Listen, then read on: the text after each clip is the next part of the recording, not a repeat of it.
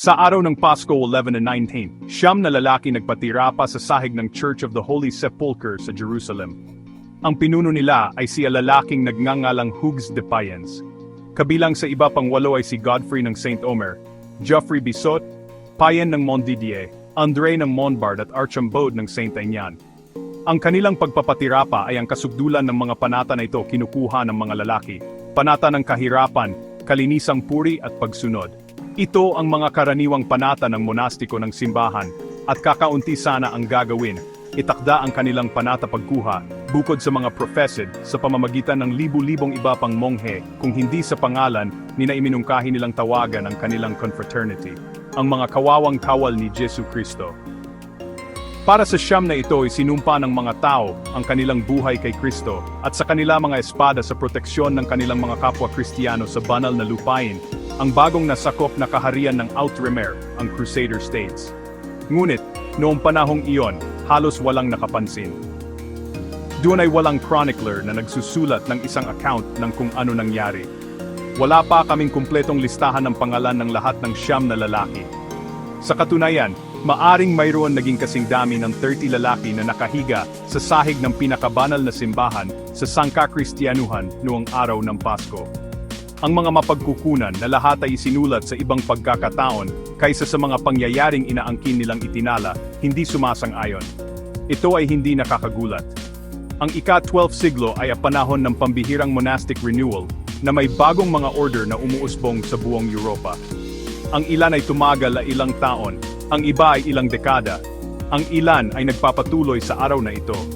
Ngunit hindi karaniwan na ang isang grupo ng mga tao ay dapat gumawa ng mga panata sa harap ng Diyos, at tanging gagawin ng mga taong naroroon sa simbahan noong panahong iyon, binayaran ito ng anumang pag-iingat. Pagkatapos ay mabilis na nakalimutan ang lahat tungkol dito, nang sila ay lumitaw, kumukurap, sa lamig malinaw na liwanag ng araw ng taglamig sa Jerusalem. Ang pinuno nitong mga kawawang kawal ni Jesus, si Kristo, ay ipinanganak, marahil sa Payens, ilang panahon na sumama siya sa pangalawang paglalakbay. Pero kapag ang bilang ng Champagne ay bumalik sa France at ang kanyang walang pag-ibig na kasal, nanatili si Hugues de Payens nasa likod sa Outremer. Kasama ang kasama niyang si Godfrey ng Saint Omer, naisip ni Hugues ang ideya ng nagtatag ng isang kapatiran ng mga kabalyero na susunod ang relihiyosong panuntunan. Talaga, isang monastikong manual. Kinokontrol ang buhay ng mga monge ni Augustine ng Hippo, habang naghahanap upang protektahan ang stream ng Kristiyano mga pilgrim na dumarating sa banal na lupain, pagkatapos nito pagpapalaya mula sa mga mananakop na Muslim. Hindi mahirap makita kung bakit sila Hugues naisip ng mga kasama na ito ay kinakailangan at kapaki-pakinabang. Bagamat nagtagumpay ang unang krusada laban sa lahat ng posibilidad sa pagbihag sa Jerusalem noong 1099, at nagtatag ng mga kaharian ng Outremer, ang Jerusalem mismo, ang county ng Tripoli, ang principality ng Antioch, at ang county na Edessa, ang banal na lupain ay sa pamamagitan ng no means secured. Bilang tugon sa tagumpay ng ang krusada, daan-daan kung hindi libu-libong Kristiyano nagsimulang maglakbay ang mga pilgrim patungo sa banal lupa, ngunit ang paglalakbay doon, kung sa ibabaw ng lupa o sa pamamagitan ng barko, ay mapanganib, at hindi kailanman mas mapanganib kaysa pagdating nila sa Palestine. Ang pinakakaraniwang ruta ng mga pilgrim ay sumakay ng barko patungong Caesarea o Jaffa sa baybayin bago dumaan sa mga kalsada sa loob ng bansa sa Jerusalem. Ngunit ang mga landas sa pamamagitan ng Judean. Ang mga burol ay puno ng mga mandarambong at tulisan ng Saracen. Mga pilgrim na walang armas, naghahangad na sumunod ang mga yapak ni Kristo, ay malamang napapatayin o kinuha bilang mga alipin. Sa katunayan, ang mga pangyayari noong 1119, maaring nagsilbi upang kumbinsihin si Hugues ng pangangailangan para sa orden ng monastikong militar na ito. Sa Sabado ng Pasko ng Pagkabuhay 1119, na sa taong iyon naganap noong 29 Marso, nagtipo ng mga peregrino ang Church of the Holy Sepulchre para sa solemni pagbabantay na sinamahan ng paglalakbay ni Kristo sa impyerno, pagsunod sa kanyang pagpapako sa krus, upang palayain ang mga kaluluwa sa mga gaganapin doon. Nagtitipon pa rin ang mga pilgrim sa simbahan ng Holy Sepulchre sa Sabado Santo, at tulad ng mga naghintay sa 29 Marso 1119, sila ay naghihintay para sa himala ng banal na apoy. Ito ay kapag ang isang hindi nakasindi na lampara ay inilagay sa bato, kung saan ang katawan ni Kristo ay kusang inilagay apoy. Pagkatapos ay lumitaw ang patriarka ng Jerusalem mula sa libingan na may taper na nailawan mula sa bago apoy at sinindihan ang mga kandila ng naghihintay na mga peregrino sa madilim na simbahan. Mayroong siyempre, pareho may pag-aalinlangan na pagtuligsa at banal na pagtatanggol, ngunit ang kahalagahan nito sa kasaysayan ay ang pagpapatuloy nito. Naka-on 29 Marso 1119, 20 taon lamang pagkatapos mabawi ang Jerusalem, ang mga nagtitipon na manlalakbay sa simbahan na nasaksihan ang kaganapan at nakikita ang bagong apoy na nagniningas ang kanilang mga ilawan at kandila, sumabog mula sa simbahan, layunin sa naghahanap ng bagong bautismo sa Ilog Jordan.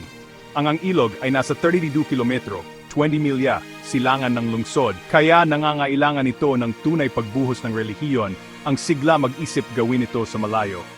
Pero wala sa kanila ang nakarating. Maraming daan ang napatay ng mga Muslim raiders, at ang ilang nakaligtas ang kinuha bilang mga alipin.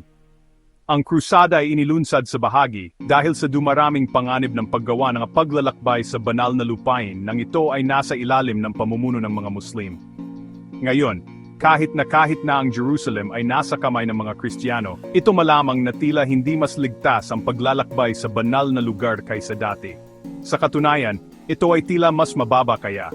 Dati ang mga bandidong Muslim ay magkakaroon ginustong kumita sa pamamagitan ng pagkuha mga tao na ipagbibili bilang mga alipin sa halip kaysa patayin sila.